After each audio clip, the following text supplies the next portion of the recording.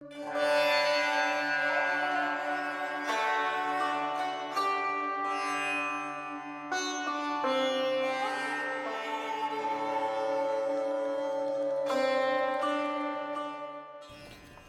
morning, everyone. We are continuing our series of going through Merging with Shiva, a lesson at a time, taking the oldest ones first and supplementing it with some stories from the Guru Chronicles that relate to that time period. This morning we're continuing with Life, the Great Experience, chapter 14. An inspired talk given in 1957 at the Sutter Street Temple. Starting with a question. What is required to achieve moksha in Gurudeva's teachings? What is required to achieve moksha?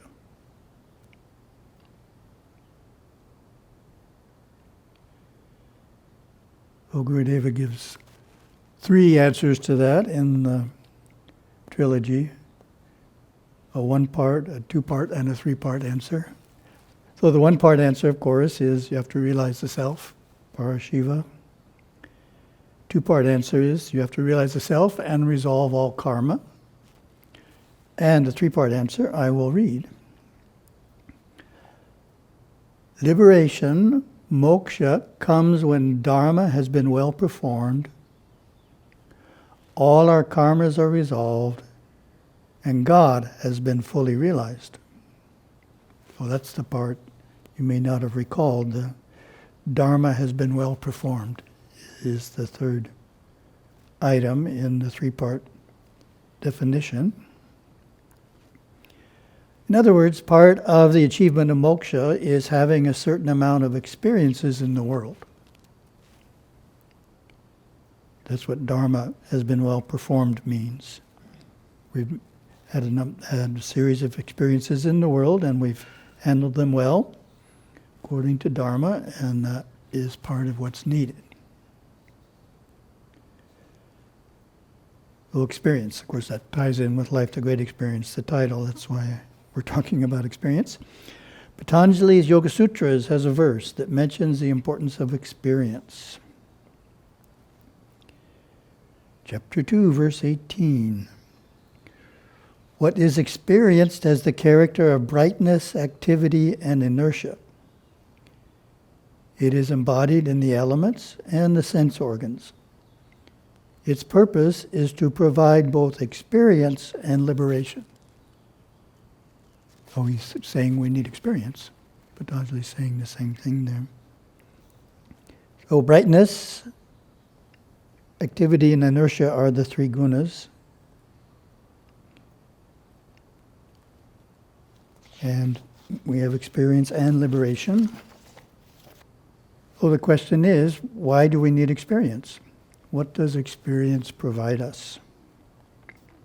So I chose Dancing with Shiva Sloka 27 to answer that. To understand the mysteries of the soul, we distinguish between the soul body and its essence. As a soul body, we are individual and unique, different from all others, a self-effulgent being of light which evolves and matures through an evolutionary process. This soul body is of the nature of God Shiva, but is different from Shiva in that it is less resplendent than the primal soul and still evolving. While God is unevolutionary perfection. That's a beautiful phrase, huh? Unevolutionary perfection. We may liken the soul body to an acorn which contains the mighty oak tree but is a small seed yet to develop. So the answer we're looking for is in the next sentence here. The soul body matures through experience, evolving through many lives into the splendor of God Shiva, ultimately realizing Shiva totally in Nirvikalpa Samadhi. Even after self-realization is attained, the soul body continues to evolve in this and other worlds until it merges with the primal soul as a drop of water merges with its source, the ocean. Yea, this is the destiny of all souls without exception. So my commentary, the main point in the shloka is that the soul body is maturing through experience in the world. How does this happen? It happens through an individual gaining greater and greater control over his or her instinctive and intellectual natures. So, increasing our self-control. Doing so matures the soul. Oh, that's the end of the introduction. Then we get to lesson. Lesson 93, Seeking for Understanding. Text. There is a state of mind in which the sifting out process of action and reaction is not possible. This is when the subconscious mind is confused. Too many experiences have gone into the subconscious that have not been resolved through understanding. Balancing the subconscious mind is like keeping accounts or balancing books. Suppose you have hurriedly put many figures on your ledger. Some of them are correct, but a few are not, and others do not belong, so the books don't balance. You may spend hours over these ledgers, but they won't balance because it is human nature that we do not see our own mistakes. It takes someone else to gently point them out to you. As you quietly sit in concentration over your books, trying to balance them with a deeper understanding, your guru, teacher, or friend may walk in the door and in 5 minutes find the error. You correct it and, like magic, the darkness lifts. The books balance perfectly and you inwardly see your clear white light. The ledger is your subconscious mind. The figures are your experiences, and until you understand them, you will remain in darkness, in a state of imbalance. You will not only feel this disharmony, you will be able to see it portrayed as darkness within your body.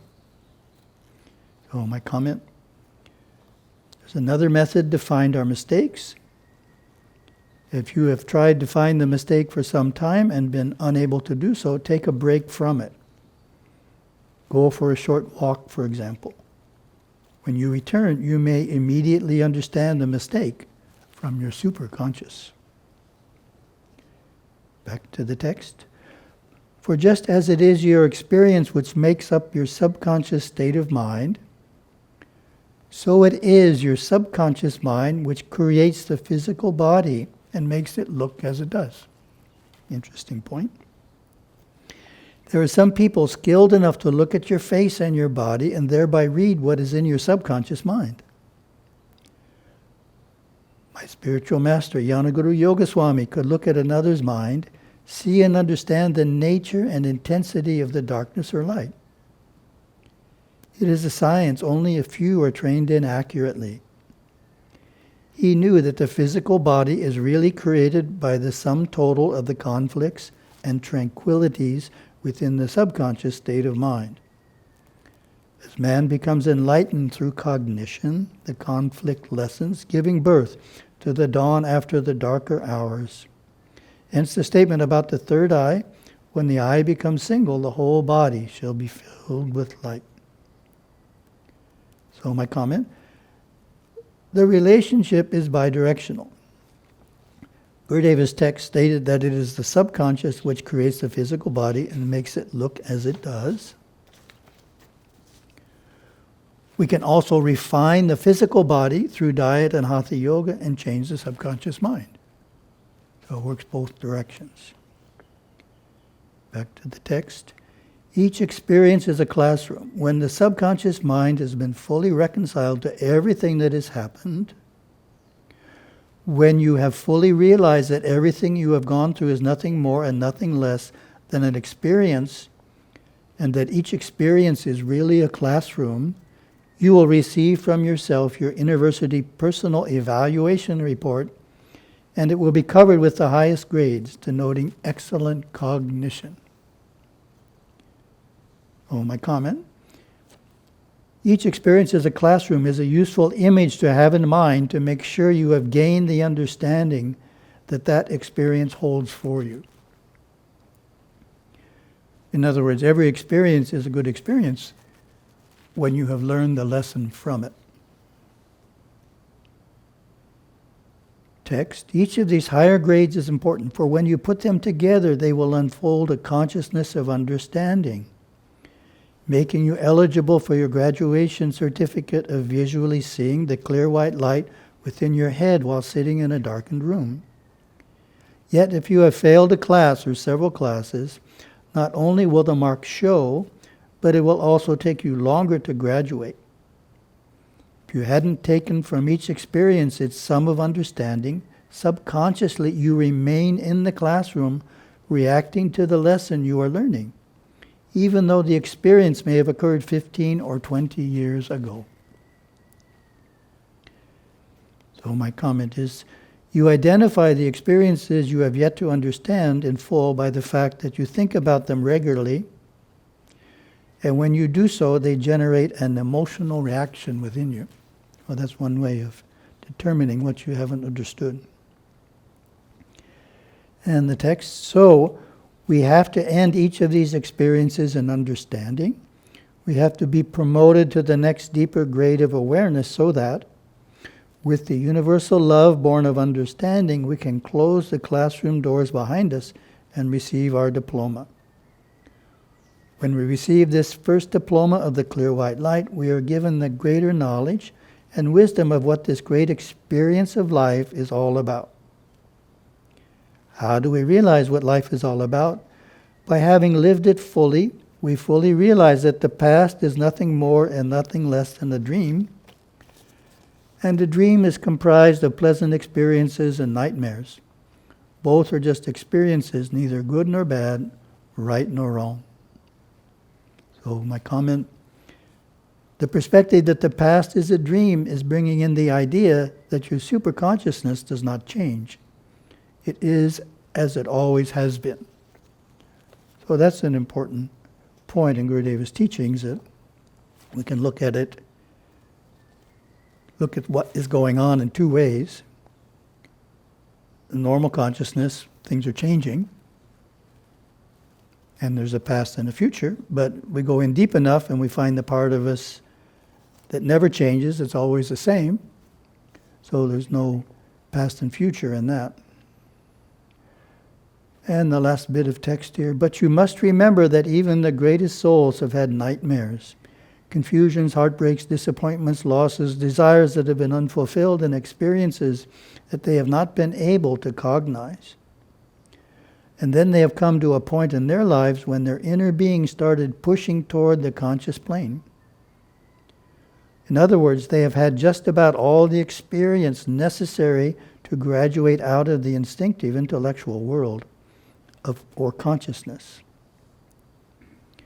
The great intuitive superconscious nature begins pushing toward the conscious plane, stirring up within the subconscious the remnants of the past. As those remnants come up, they have to be faced and cognized through meditation, thus creating the foundation for understanding the basic laws and principles of life. Then comes the dawn of the clear white light. Oh, my comment, this verse is adding the idea that when the superconscious nature begins pushing forward to the conscious plane, it stirs up the subconscious, the remnants of the past that are unresolved. So if someone new to the spiritual path finds their subconscious stirred up, that's why. It's because the superconscious is pushing out and helping you see what you need to still understand. Have a wonderful day.